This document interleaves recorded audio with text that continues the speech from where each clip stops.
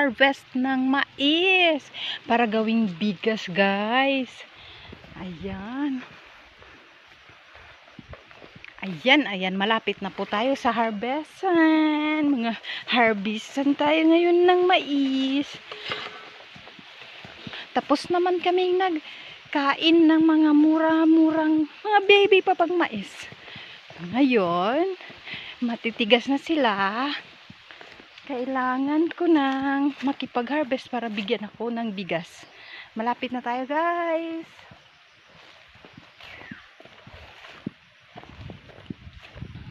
Ayan ang ating outfitan.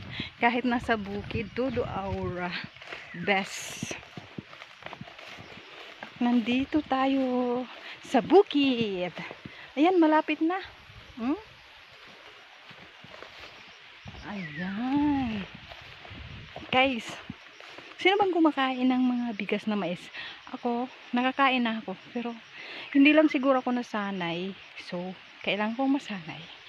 Para hindi na kami mahirapan. Ayan. Ayun na. Andito na tayo. Ayan na. Ang maisan. Hi. Sige. Harvest muna ako.